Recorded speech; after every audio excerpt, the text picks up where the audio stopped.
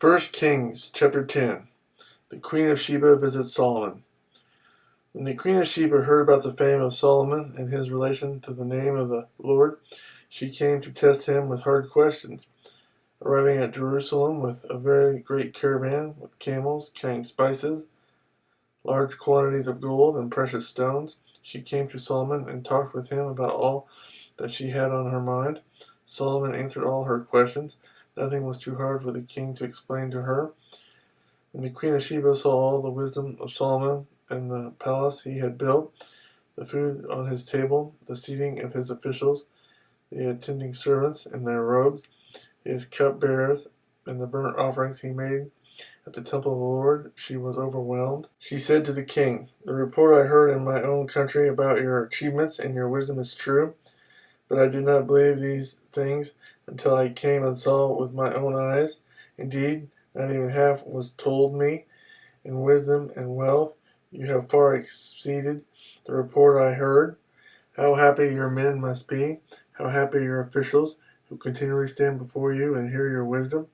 Praise be to the Lord your God, who has delighted in you and placed you on the throne of Israel.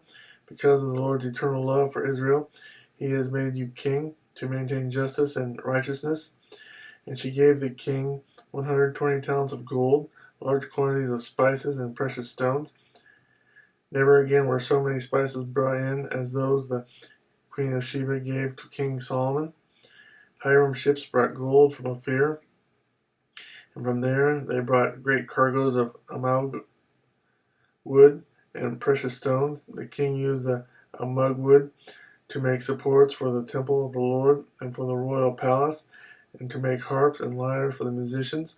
So much almug wood has never been imported or seen since that day.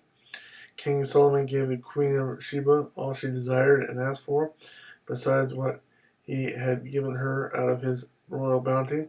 Then she left and returned with her retinue to her own country. Solomon's splendor.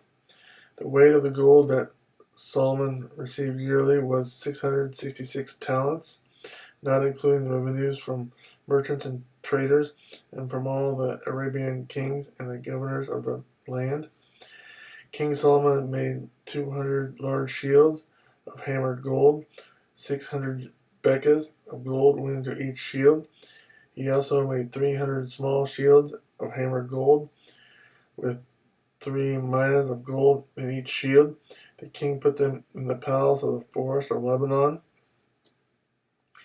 Then the king made a great throne inlaid with ivory and overlaid with fine gold.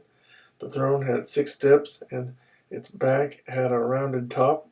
On both sides of the seats were armrests with a lion standing beside each of them. 12 lions stood on the 6 steps, one at either end of each step. Nothing like it had ever been made for any other kingdom.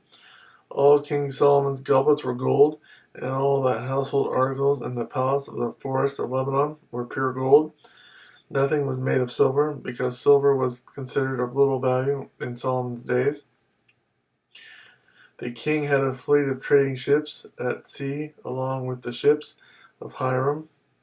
Once every 3 years it returned, carrying gold, silver, and ivory, and apes and baboons. King Solomon was greater in riches and wisdom than all the other kings of the earth. The whole world sought audience with Solomon to hear the wisdom God had put in his heart. Year after year, everyone who came brought a gift, articles of silver and gold, robes, weapons, and spices, and horses and mules. Solomon accumulated chariots and horses. He had 1,400 chariots and 12,000 horses, which he kept in the chariot cities and also with him in Jerusalem.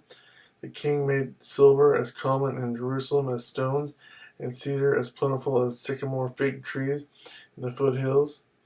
Solomon's horses were imported from Egypt and from Kue. The royal merchants purchased them from Kue. They imported a chariot from Egypt for 600 shekels of silver, and a horse for 150.